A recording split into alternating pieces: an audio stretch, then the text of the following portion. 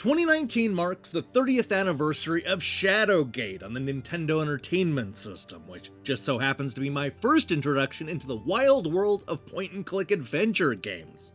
I remember Nintendo Power raving about it at the time, and I fell in love with the idea of puzzling my way through a scary castle. So you know what I did? I decided to take a chance on something a little different. All those memories came flooding back to me as I played through Abstraction's remake, which has finally been ported to home consoles after a 5-year wait. And let me tell you, even after all these decades, the idea of being stuck in a spooky castle still appeals to me. And this remake does not disappoint.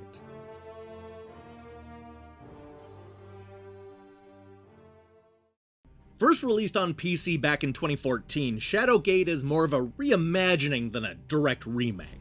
This is a full retelling of the story, complete with a redesigned map, brand new puzzles, and cinemas that go a long way to flesh things out. We see a lot of familiar locations and characters, but the game is constantly trying to subvert your expectations and pull you deeper into the lore. The result is a game that somehow manages to honor the original, all while still feeling like a fresh new game. You know, it's probably for the best that they've decided to expand on the story, because the original game was decidedly light on details. All we knew was that an evil wizard had cast a spell and sent our unnamed hero outside the doors of Shadowgate with the idea that a behemoth was being resurrected at some point. This remake uses that outline and expands on it, telling the tale of Cuthgar, a soldier who's been haunted by the voice of a long-dead wizard named Lakmir of the Circle of 12. He's told that an evil warlock lord is plotting something big, and Jer will find a great quest, and himself, in the living castle of Shadowgate. This is just enough information to get us into the world, which is decidedly old and run down. Just getting to the castle requires our hero to puzzle through the caves, which are filled by fire-breathing dragons, deadly trap doors, and dead bodies strewn about. Jer will need to read the right books, learn a bunch of useful magic spells, and pick up the right items in order to just see inside of the castle, and things only get more difficult from there. Much like the graphics and story, Abstraction has overhauled the gameplay in some key ways. This is still the kind of point-and-click adventure game where you'll pick up an item and combine it to solve a puzzle, but the developers have done a pretty good job of streamlining the gameplay to fit on a standard controller. There are a couple of different ways to play the game, including one that's far less demanding than what we saw in that old 8-bit version. However, if you're looking for that old school feel, you'll be happy to know that you can also click through multiple menus in order just to open up a book and read it. But no matter how you play, the user interface works well on consoles, and the menus and inventory are easy to navigate using the analog sticks. Although it's often dark and grimy, the world of Shadowgate is absolutely gorgeous. The pixel graphics have been replaced with stunning, hand-drawn artwork that looks like it's been pulled straight out of a fantasy book. Even generally mundane parts of the castle are brought to life with incredible detail and atmosphere. I couldn't wait to see how some of my favorite parts of Shadowgate were redrawn, and I was rarely disappointed. My only complaint is that some of the locations are too similar and blur together after a while.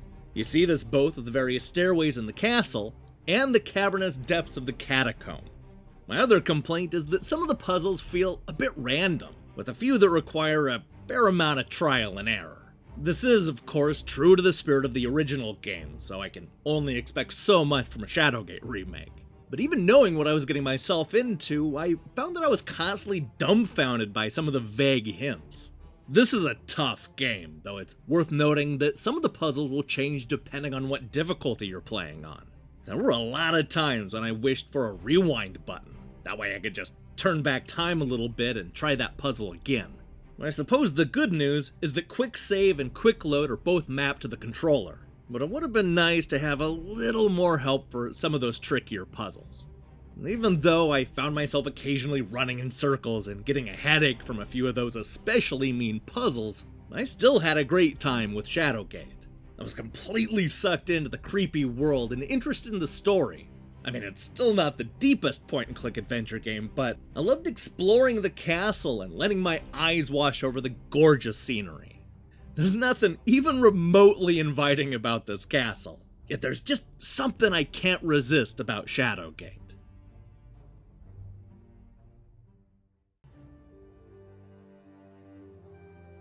As a remake of the 1980s adventure game, Shadowgate somehow manages to be both a loving tribute and a fresh take on the 8-bit classic. It's a point-and-click adventure game that looks great and plays well on consoles, even though a lot of it involves moving a cursor around the screen and combining objects. The story has also been fleshed out, adding a lot to the mythology and giving us a character to root for. This reimagined version of Shadowgate is a tough and treacherous journey that is worth taking. Hey, thanks for watching our review. If you liked what you saw here, then you should know that we post new reviews and features almost every day. Now here's the question I have for you. What was your first point-and-click adventure game? I mentioned that Shadowgate is the game that got me into the genre, so I'm curious to hear how you started out. Let me know in the comments below. In other news, we have a lot in store for next week, including reviews of Crash Bonds, God's Trigger, Zombotron, Super Blood Hockey, and more. But for now, I need some rest, so do me a favor and click that subscribe button and support what we're doing here. Until then.